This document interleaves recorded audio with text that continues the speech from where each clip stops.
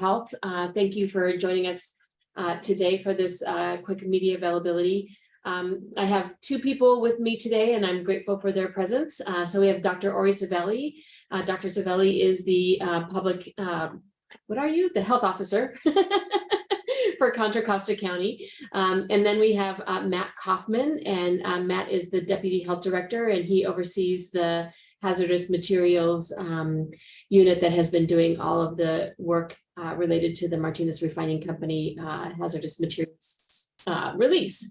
So we are going to start today with Dr. Zavelli, and he's going to give a very brief update. I assume that most of you probably attended the 2 o'clock presentation that we did to the Oversight Committee.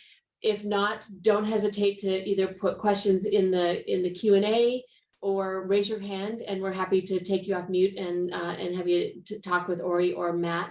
But the intro is going to be pretty brief, so we're going to count on you to tell us how much level of detail you want. I don't want to waste your time. So with that, I am going to turn my little self off, and I am going to ask Ori to make some opening comments. Thank you, Kim, and thank you, everyone. Good afternoon. I'm Ori Zavelli, the Health Officer and Public Health Director for Contra Costa County. The main message we wanted to convey today is that a toxicologist hired by Contra Costa Health has determined that a release of spent catalyst in November of 2022 does not present a greater risk to public health from hazardous metals in the soil. Contra Costa Health has lifted its March 7th health advisory regarding produce grown in soil near the site of the release. And this confirms that the primary health risk from the spent catalyst release likely occurred in the initial hours and days after the refinery release. With that, we'll take any questions that you might have.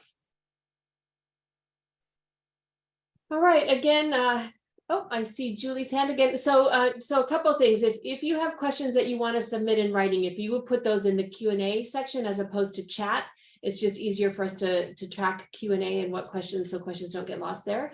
But I see Julie would like to, so I'm gonna, all right, Julie, you should be able to unmute and ask your question.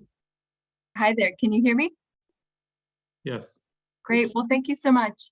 I had a question. I received a statement from MRC following today's Oversight Committee meeting, and it led me to a question, because what this company said is the results are in line with our initial statements about the material, which were based on the safety data sheet for spent catalyst.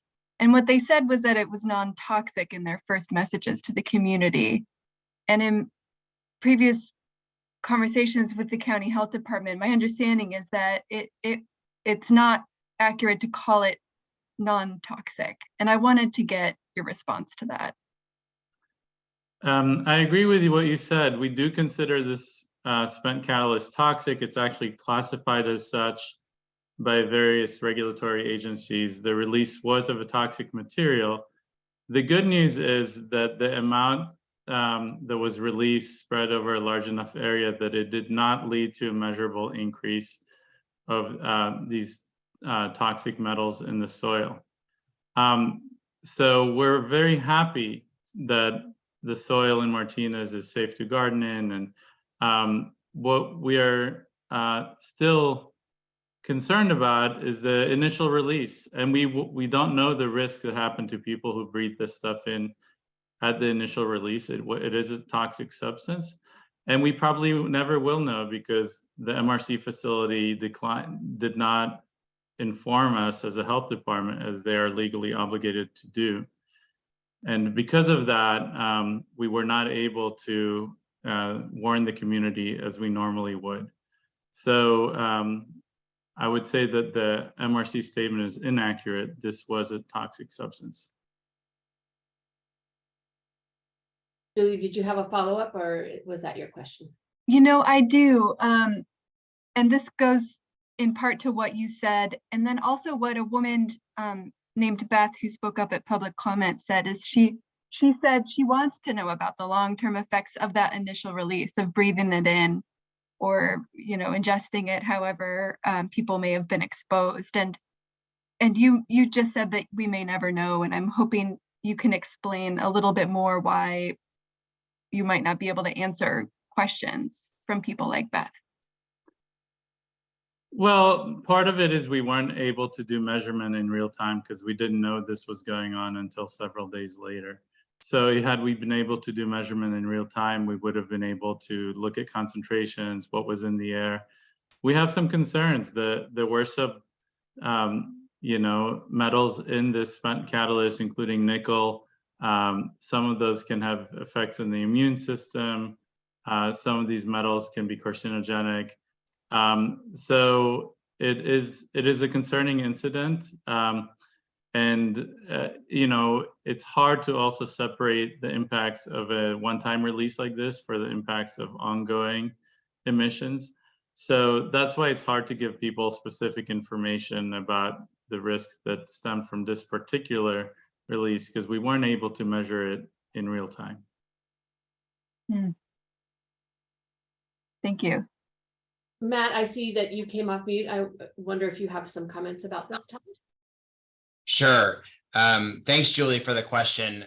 The refinery submitted to us 2 safety data sheets, one for fresh catalyst, the catalyst that arrives at the facility before it's put into their process, and then another safety data sheet for what we call spent catalyst once it goes through their process. Both indicate that the material is a hazardous material and needs to be disclosed if it's released. I think what this comes down to is the catalyst belongs in the vessel at the refinery in their process. If it is out and about in the community, off site, in breathing zones of humans, and being dusted over soils within our community, that is not a proper use of that material. That is a release of a material. And in this case, based on the safety data sheet, both for the fresh catalyst as well as the spent catalyst, we believe it to be hazardous. Any other questions from the media? Anybody else have? Feel free to either raise your hand or go ahead and drop any questions you might have in the Q&A. All right, Dan, I'm going to unmute you. Give me one moment. All right, Dan, you should. Hi there. I may have compromised my own audio here.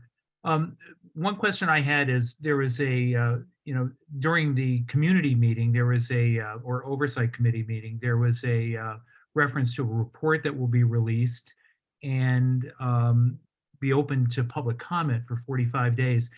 Is there anything more to that report than what is currently now on the CC Health website, the executive summary and the presentation? Matt, do you want to comment on that one? Sure. Thanks, Dan, for the question. The report will go through and discuss the methodology that was undertaken in this community risk assessment. So primarily, there will be a narrative about how soil sampling was done, where the soil samples were taken from, what they were analyzed for, what method the lab used to do the analysis. Charts and graphs and numbers will be reported within that report. And then there will be a discussion of the findings.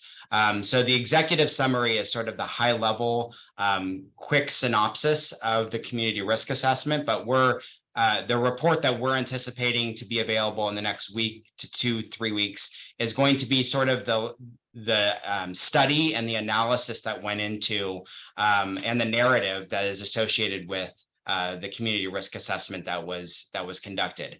That will then be put out to the community for 45 days for public comment. And then at the end of those 45 days, all comments will be provided both to the health department as well as to the toxicologist to address those comments that we received. And if I could follow up, I mean, what action might be taken on those comments? I think that's based on the comments that we receive. And so I think we have to hold and reserve comment until we receive the public's input. And once we receive that input, I think we'll be in a better position to comment on that. Very good. Thank you. Thank you, Dan. Anybody else have any questions? I don't see any in the Q&A. Let me just double check. I don't see any in the chat either.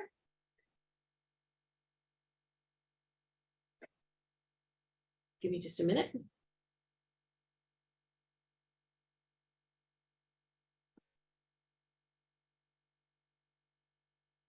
All right, well, if there aren't any additional questions, we will call this done.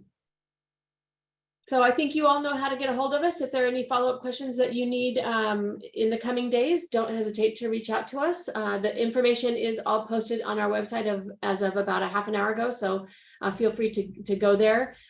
We will also put the recording of this on our website for you to use, although it's super brief, but it will be there for you. So with that, we will call it a day. We thank you for joining us.